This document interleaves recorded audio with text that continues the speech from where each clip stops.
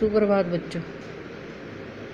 आज हम हिंदी व्याकरण में एक अर्थक प्रतीत होने वाले शब्द इनका अध्ययन करेंगे। इनका मतलब है सिमिलर इन मीनिंग, जो अर्थ में एक जैसे होते हैं। हिंदी भाषा में ऐसे शब्द जो हैं वो बहुत सारे शब्द हैं जो हमें एक जैसे लगते हैं, लेकिन अर्थ की दृष्टि से उनमें बहुत अंतर होता है। कई बार हम क्या करते हैं कि एक शब्द के स्थान पर गलती से दूसरे शब्द का प्रयोग कर देते हैं, क्योंकि हमें ये लगता है कि इसमें ज़्यादा अंतर नहीं है और हम गलती से उसका प्रयोग कर देते हैं। लेकिन उन शब्दों में इतना अंतर होता है कि हमारा जो कहने का भाव होता है या जहाँ हम लिखते हैं तो उसका अर्थ ही बदल जाता है।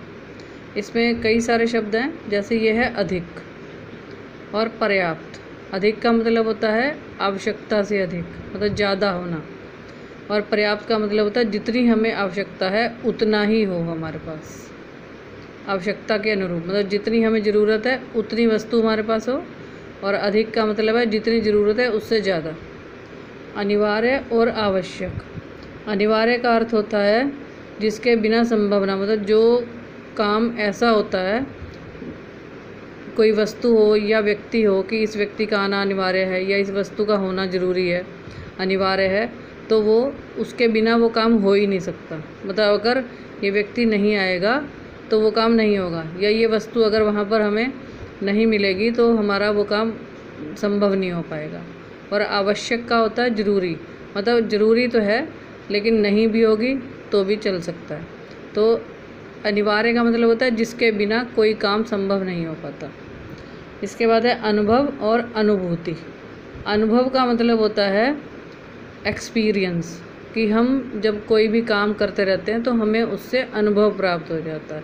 मतलब हम करते करते हम उससे अनुभव ले लेते हैं, अनुभव प्राप्त कर लेते हैं। व्यवहार से प्राप्त ज्ञान, मतलब जो काम हम करते रहते हैं उसको करते करते हमें उसके बारे में सब जानकारी हो जाती है। अनुभूति का मतलब होता है चिंतन या संवेदन से प्राप्त बोध, कि ये जो अनुभूति है ये मन से होती है। मतलब मन से हमें किसी चीज़ की अनुभूति होना, किसी चीज़ का चिंतन करना या संवेदना। आ गया इसमें अनुरोध और प्रार्थना। प्रार्थना होता है किसी को बहुत ही विनम्र भाव से निवेदन करना किसी काम के लिए, और अनुरोध का मतलब होता है आग्रह पूर्वक विनती करना, मतलब उन्हें उस काम को करने के लिए आग्रह करना। और ये प्रार्थना जो होती है ये बहुत ही विनम्रता से, मन से, हृदय से हम विनम्र भाव से किसी को किसी चीज़ के लिए जब निवेदन करते हैं तो वो प्रार्थना होती है। अपराध और पाप। अपराध जो होता है ये गैर कानूनी कर्म होता है, और पाप जो होता है ये अनैतिक कर्म है। मतलब यदि हम कोई कानून को तोड़कर हम कोई काम करते हैं तो वो अपराध होता है। और पाप जो होता है ये धार्मिक दृष्टि से होता है। अगर हम कोई ऐसा काम करते हैं जो धार्मिक दृष्टि से गलत होता है तो उसको हम अनैतिक कर्म कहते हैं। फिर है अभिनंदन और स्वागत। अभिनंदन का मतलब होता है विधिवत किसी का सम्मान करना। स्वागत का मतलब होता है किसी के आने पर उसका, व्यक्ति का सम्मान करना, उसके प्रति आदर प्रकट करना। इसके बाद है अभिमान और अहंकार। अभिमान जो होता है वो अपनी धन संपत्ति हो या हमारे अंदर कोई गुण है इस तरह का, तो उसके कारण से स्वयं को बड़ा समझना, वो तो है अभिमान। और अहंकार का मतलब होता है जो हमारे पास नहीं है उसके लिए भी हम घमंड करें, वो झूठा घमंड जो होता है वो अहंकार कहलाता है। जो हमारे पास नहीं है हम उसके लिए भी अपनी बढ़ाई करते रहें, वो होता है झूठा घमंड। अमूल्य और बहुमूल्य। अमूल्य का मतलब होता है जिसका अमूल्य, जिसका मूल्य ही नहीं लगा सकते हम, मतलब जिसकी कीमत जो है वो इतनी अधिक होती है कि हम उसके मूल्य को लगा ही नहीं सकते, सोच ही नहीं सकते। बहुमूल्य। बहुमूल्य का मतलब है जिसकी कीमत बहुत अधिक होती है। अवस्था और आयु। अवस्था जो होती है वो हमारी उम्र का जो एक, जैसे बचपन है, फिर हम जवान होते हैं, बुढ़ापा हुआ, ये तो अवस्था है। आयु जो होती है ये पूरा जीवन काल कि इस व्यक्ति की इतनी आयु थी, ये पूरा जीवन काल।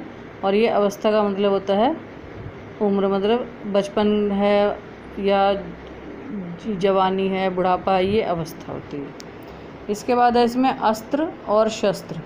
अस्त्र जो होते हैं ये फेंक कर चला, हाथ से फेंक कर चलाया जाने वाला जो हथियार होता है वो अस्त्र कहलाता है। शस्त्र जो हाथ में लेकर चलाया जाने वाला जो हथियार होता है वो शस्त्र होता है। ये फेंक कर, हाथ से हम फेंक कर जो चलाते हैं, जैसे भाला वगैरह होता है, ये अस्त्र।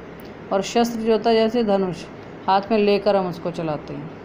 इच्छा और लालसा। इच्छा में किसी वस्तु को पाने की अगर हमारे मतलब एक मन में चाह होती है, स्वाभाविक होता है ये। और लालसा होती है किसी चीज़ के लिए लालच करना, किसी वस्तु के लिए बहुत ज़्यादा तीव्रता से हमें उस वस्तु की, उसके लिए हम लालच करें। या लालसा मतलब चाह की तीव्रता, मतलब हमारी इच्छा की तीव्रता, कि बहुत ज़्यादा किसी चीज़ की हमें चाह हो तो वो लालसा कहलाती है। इसके बाद है इसमें उद्योग और प्रयास। उद्योग मीन्स मेहनत और प्रयास मीन्स किसी काम के लिए कोशिश करना। उपहास, परिहास। उपहास होता है किसी की हंसी उड़ाना, मतलब किसी का मजाक, हम किसी का मजाक बना दें।